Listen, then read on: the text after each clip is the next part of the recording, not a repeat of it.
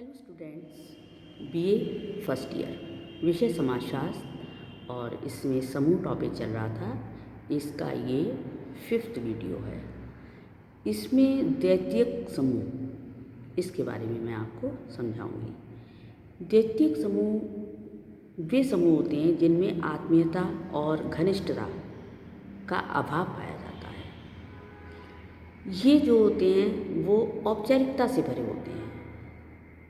इसमें संबंध प्रायः अप्रत्यक्ष अधिक होते हैं। सामाजिक जटिलता में वृद्धि ने द्वैतिक समूह को जन्म दिया है। समाज जो है वो दिन पर दिन जटिल होता जा रहा है और जटिल होने से जो विभिन्न बाहरी समूह हैं वो औपचारिकता से भरे हुए पाए जाते हैं। जैसे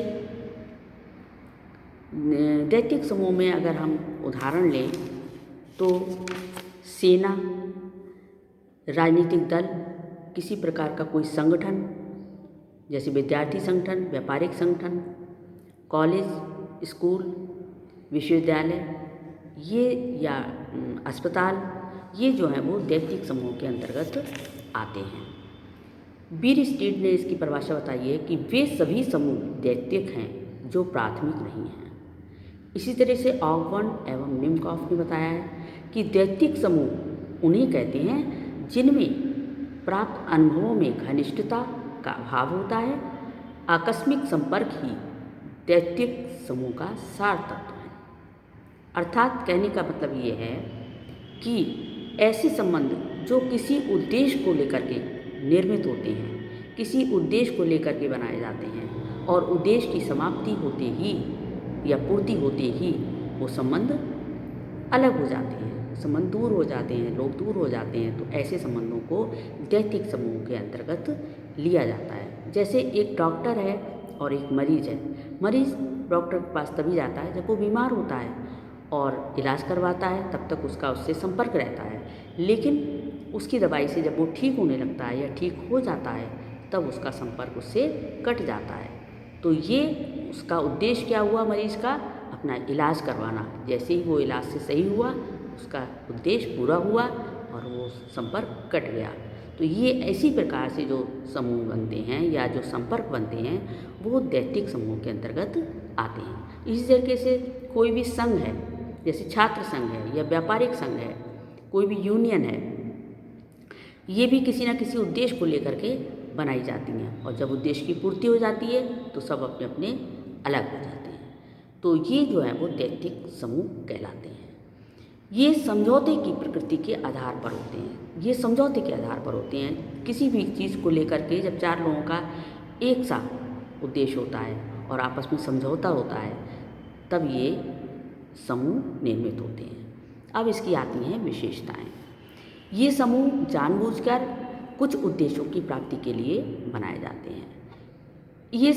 इन समूहों में सदस्यों का एक दूसरे को व्यक्तिगत रूप से जानना आवश्यक नहीं होता है और यहाँ संचार के साधनों द्वारा सदस्यों के बीच संबंध बनते हैं। इन समूहों में शारीरिक निकटता का अभाव होता है और ये आकार में बड़े होते हैं, छोटे नहीं होते हैं। और बड़े होते हैं इसलिए इनमें आपस में घनिष्ठता का अभाव होता है। और इन संबंधों में औपचारिकता अधिक पाई जाती है।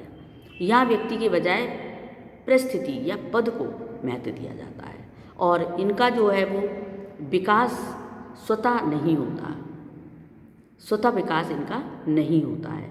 और जैसे ही आवश्यकताएं इनकी बदलती हैं और इन समूहों की प्रकृति में भी परिवर्तन आता जाता है। तो इस तरीके से बहुत सी चीज़ें हैं जो द्वैतिक समूहों के अंतर्गत आती हैं।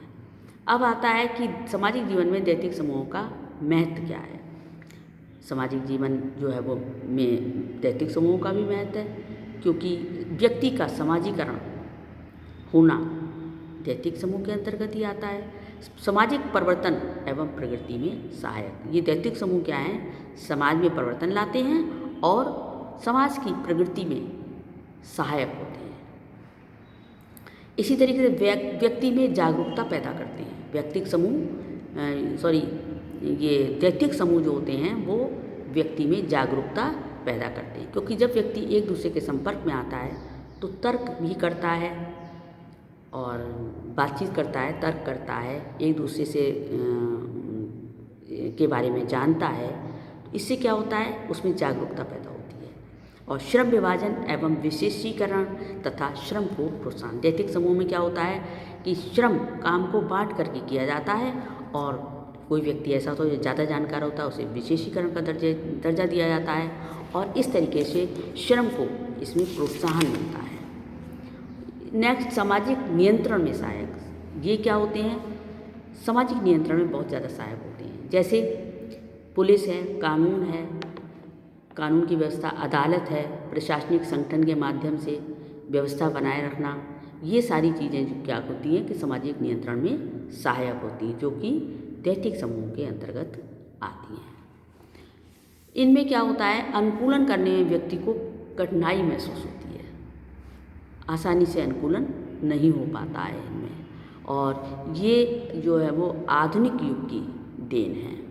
इनमें व्यक्तित्व पृथक बना रहता है, और इनका कार्य क्षेत्र जो होता है वो असीमित होता है, और इस तरीके से ये जो है वो समाज में एक बहुत बड़ा स्थान रखते हैं।